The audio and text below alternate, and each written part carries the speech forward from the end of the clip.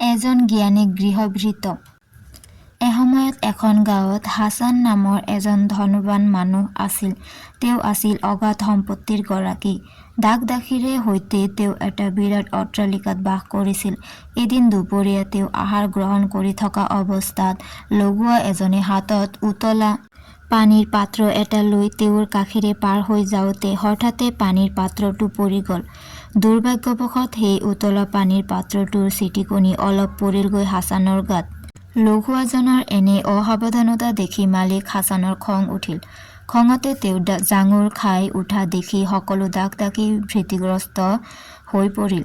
লগুৱাজনে নিজৰ ভুল বুজিব পাৰিলে আৰু সেই দিনটো তেওঁৰ জীৱনৰ মহা সংকটৰ দিন বুলি ভাবিব ধৰিলে। পিছে সেই ভৃত্য আছিল বৰ জ্ঞানী আৰু বুদ্ধিয়ক। প্ৰয়োজনীয়ত তেওঁ সেই বুদ্ধি আৰু জ্ঞান প্ৰয়োগ কৰিবও জানিছিল। তেওঁ কম্পিত কণ্ঠেৰে মালিকৰ ওচৰত আঠুকাৰি বহি পৰিল। কোৰাণৰ কেইষাৰমান বাণী তেওঁৰ মনত পৰিল। সেই বাণী ভক্তিভাৱে আৰু বিনম্ৰ কণ্ঠেৰে তেওঁ আওৰাবলৈ ধৰিলে।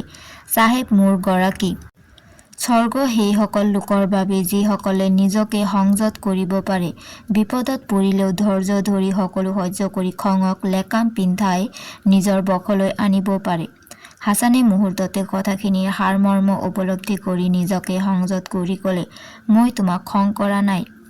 এইবাৰ পুনৰ ভৃত্যই আওৰালে, সেই মোৰ দয়ালু গৰাকী, আল্লাই সদায় মৰমীয়াল অন্তৰৰ লোকক ভাল পায়। মহৎ অন্তৰৰ লোক আল্লাৰ প্ৰিয়ভাজন আৰু সবাতোকৈ প্ৰিয় পাত্ৰ। ভৃত্যৰ মুখত এনে হাড়গৰ্ভ কথা শুনি হাছানৰ খং সম্পূৰ্ণ নোহোৱা হ'ল।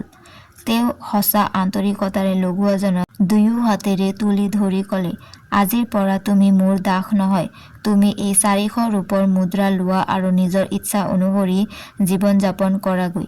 তেওঁ আছিল এজন গৃহভৃত্য মাথোন, কিন্তু জ্ঞান উপস্থিত বুদ্ধি আৰু ধৈৰ্যৰে তেওঁ নিজকে নিশ্চিত বিপদৰ পৰা ৰক্ষা কৰিবলৈ সক্ষম হ'ল। মানুহৰ জীৱনত বিপদ আপদ সংকট আদি মাজে সময়ে আহেই। আনহাতে গৃহ মালিকো অসৎ প্ৰকৃতিৰ লোক নাছিল। সেয়েহে তেওঁ খঙক প্ৰশ্ৰয় নিদি নিজকে সংযত কৰি গৃহভৃত্যৰ তেনে অপৰাধক গণ্য নকৰি গৃহভৃত্যজনক মুক্তি দিলে। গৃহৰ মালিকে ভৃত্যৰ মুখত শাস্ত্ৰৰ গভীৰ তত্ত্বমূলক শ্লোক শুনি তেওঁৰ নিজৰ আৱেগ আৰু খঙক দমন কৰি আত্মসংযমৰ লেকাম পিন্ধিবলৈ সক্ষম হ'ল। নিজৰ ভুল যি বুজিব পাৰে আৰু সমাজত সেই কথা মুক্তকণ্ঠে স্বীকাৰ কৰিব পাৰে, প্ৰকৃত জ্ঞানী লোক তেওঁহে।